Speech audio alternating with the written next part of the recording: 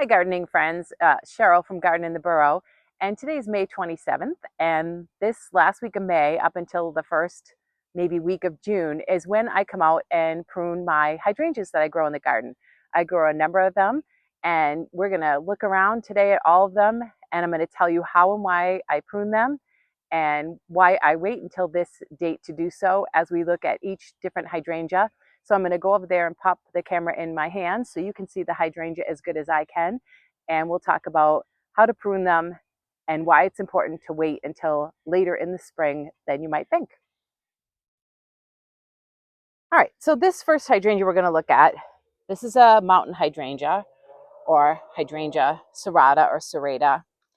And this hydrangea usually does pretty well throughout the winter. But if you look now, and you can see on these canes that some of them have new growth. Let's see, this one has new growth growing right up to the top, and those leaves just emerged. And so by waiting until spring really got warm and we really got into some nice weather, you'll be able to see more clearly what part of the hydrangea cane made it through the winter and what didn't. So you can see we had some cold weather. So these leaves right here, I'll probably take those off because they did get cold damaged. But many other leaves have come out on that cane. And there are canes in here like this one that have no leaves and buds emerging whatsoever. So I'm going to prune that one right down to the ground. So on this hydrangea, I'm just going to look at each cane that's sticking up and determine where the new growth is. Like on this one, even though these leaves got hit by cold weather, oh, that one came off, we have new growth coming right behind it. So by waiting until this time of year, I actually am minimizing how much I have to take this hydrangea down. So a couple of canes here and there that are really brown, and I'll just prune those down until I see a nice set of leaves come out. So if I follow this hydrangea down, oh, I didn't even get this flower off. I'll pick that off. I'm going to follow this cane down, and I'm going to cut it right there. So if I had done this 2 weeks ago, I wouldn't have been able to see where the canes actually stayed alive through the winter because these leaves just started to come out with the heat. So I'm going to come in and prune this, and then I'll show you what it looks like. Well,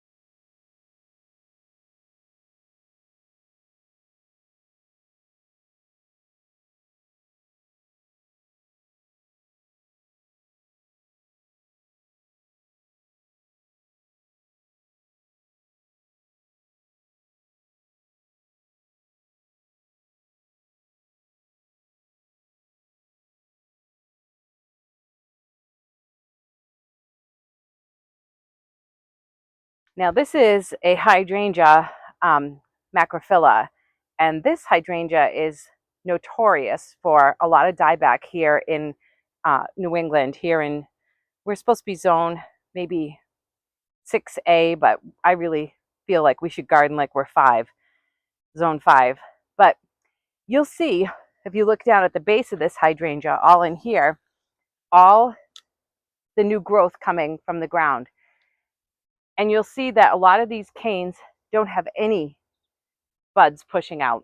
And the reason that I would wait to prune this until now is if we had a decent enough winter and we didn't have freeze and frost cycles that cause damage to the plant either late in the season or during January sometimes, you would have seen leaves and buds higher up on this plant.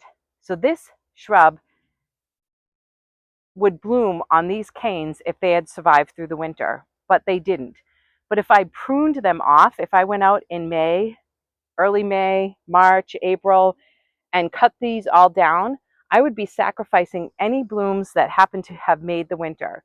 But if I wait till now, I can see that this shrub is probably not going to bloom on any of these canes because most of them are dead. So with any of them that look like this, no no live growth anywhere down this whole cane, I'm just going to go into the bottom and cut that cane out. And I'm just going to do that on repeat. Some years, close to June, you'll come out, and even though these looked dead, you'll start to see some new growth. For instance, on this one, I can see a few leaves here, so I'm only going to cut it down to there, not guaranteeing there's going to be any flowers on that. Same thing with this one. There's a little green right here, so I'll cut it just to that. But the rest of them, I'll cut right down and let the shrub send out all nice new growth. And this is an endless summer, so potentially we could get some bloom on this later in the season. Again, if I give it a good shot of fertilizer and get it going, some good growth in there, we could potentially see flowers on this, but not on any of these canes because there's no live growth, and I've given it plenty of time. Like I said, it's the last week of May, had plenty of time to leaf out if it was gonna. And so now I'm gonna take all this down. The other thing I have to do with this one sometimes is come into the bottom, and you can see a lot of the old canes in there that need to be thinned out just from dead canes I've left in the past. So I'll come in and thin all those out. Now, looking right to the side of this one, I have to duck under this apple tree. This is a mountain hydrangea that had absolutely no issue coming through winter. And you can see there's very, very little dead on it. There's a tiny little bit here. And you can see a little bit of cold damage. And that's, let me steady the camera. Don't mind my gardening hands. You can see that cold damage on those leaves. But guess what else we see on this hydrangea right now? Flower buds. So this hydrangea, this is a blue billows, and this one made it through the winter very, very well. There's a lot of hydrangea in this bed, and you can see this one lost all of its top growth. So it's just gonna, this is a tough stuff, which usually we'd have no issue with those canes dying back, but for whatever reason this year it did. So I'll come in and just trim anything back that looks dead now that has no leaves on it in this whole bed. And there's another one right there. That's another big leaf hydrangea. I just can't remember which cultivar that is. So I'll come in and clean all this up. And again, I never do this until this time of year when I'm sure they've had plenty of time to show me what's alive and what's dead. This entirely different type of hydrangea, a panicle type, Hydrangea paniculata, this one's quickfire, gets pruned very differently. So this got pruned very, very early on. As soon as I get out here in the springtime to start working, this shrub can get pruned. This blooms only on new growth. So new wood that it's going to make this year, that's where the flowers come from. So whatever height you prune this down to, that's where it's going to grow from and bloom from. So you can see how hard I took this shrub down. If you look in, you can see the cuts that I made in here and how low. I'm going to back up, and you can see at the end of the season, this shrub was at least double in height. So I took it down quite significantly. Didn't matter wherever you cut it from, that's where it's going to bloom from. That's how easy this shrub is. And what you can see on all that new growth already, even though this is only May, is flower buds. Quickfire comes into bloom much quicker than other panicle type hydrangeas. So it's going to start blooming sometime in June. Super, super easy to prune, super, super easy to take care of. And that one you can prune at any time because you're not trying to save any flower buds. All right, we're looking at another mountain hydrangea. This is Twist and Shout. This is Hydrangea serrata, I say, Twist and Shout. And this hydrangea has bloomed for me every year since it's been in my garden, which has been probably maybe 7, 8, I'm not sure. So some years you'll see a lot of live growth at the top of these canes, and you'll see a lot of new healthy growth coming out from the bottom. This year, this shrub, for some reason, and again, every winter's different here, lost all of its top growth. So it's got quite a bit of healthy growth coming out from low in the shrub and nothing at the top. And since this is a reblooming, it will bloom on new and old wood. I'm going to cut this right back. I'm not going to leave any of these canes at all. I'm not even going to look at them. I'm just going to cut them all down and leave it as just all that growth coming right from the ground. And then this will for sure bloom later this summer. Well, here's our pile of canes that didn't make the winter. And there's our hydrangea, all ready to start getting growing and flowering for the summer. So because again, this is a reblooming hydrangea, it will bloom on growth that it's going to make this year. And it would have bloomed also on growth it had last year, but obviously that didn't make the winter. So it's only going to be flowering on canes that are going to be growing now. So this is going to bloom later in the summer, but for sure it is going to bloom.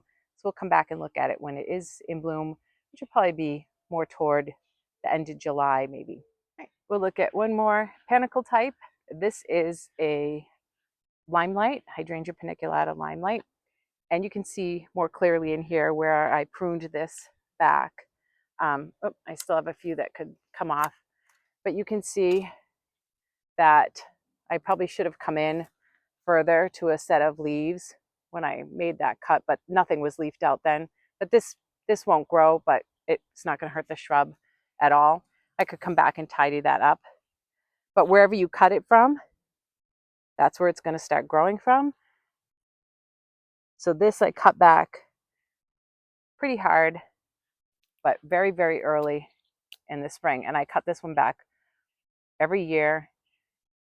And then all this new growth is going to come out, and this one won't bloom till later in the summer. But easy to prune. All right, I'm just stopping here at the last twist and shout over in this area. Actually, I don't know if this is twist and shout or it could be tough stuff. Either way, this one's going to get pruned in the same way. I'm going to look at the canes, see where they have live growth, and cut it back to that. Some of the canes will get cut right back to the ground, and then we'll be done. I think in the garden, I don't know, do I have maybe, I don't know, maybe a couple of dozen hydrangea? So this chore takes me the better part of a morning out here in the garden at this time of year. But it's well worth it because I've left any canes that might still have flowers on them, so I have a better chance of them flowering if we had a tough winter, which clearly you can see that we did this year because of the amount of dieback isn't always this harsh. But you know, some of these canes have some pretty good growth at the tips, so I just have to cut a little off, and then you know, some will get cut back right to the base. But this shrub will leaf right out, get a little shot of fertilizer when I'm done pruning it, and then we'll see blooms on this one for sure also this summer.